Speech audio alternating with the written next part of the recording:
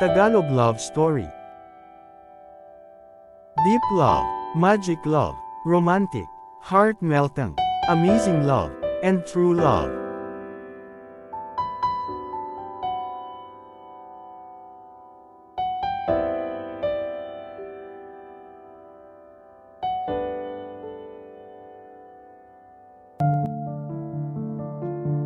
Maligayang anibersaryo. Happy anniversary, sabi niya. Same to you, dear. Happy 57th marriage anniversary, he replied with a smile on his wrinkly face.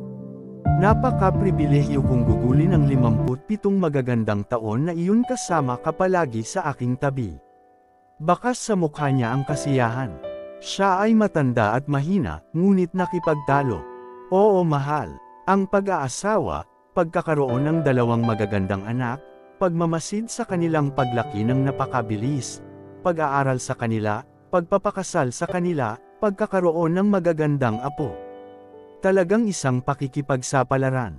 And I must say, you still look as gorgeous as ever. Napahagikek siya ng walang ngipin habang sinasabi ito. Nakahiga sila sa kama habang hawak-hawak ang kamay ng isa't isa at nakatingin sa isa't isa na nakamamanghang mga mata. Sa tingin ko, ito na. Sa tingin ko dapat na akong pumunta ngayon. Nanginginig na sabi niya, hindi mahal, sasama din ako sayo. Anong gagawin ko dito mag-isa? Magandang gabi. Happy anniversary ulit. Magandang gabi. Magkita-kita tayo sa lalong madaling panahon upang magkaroon ng isa pang kahangahangang 57 ng higit pang mga taon na magkasama.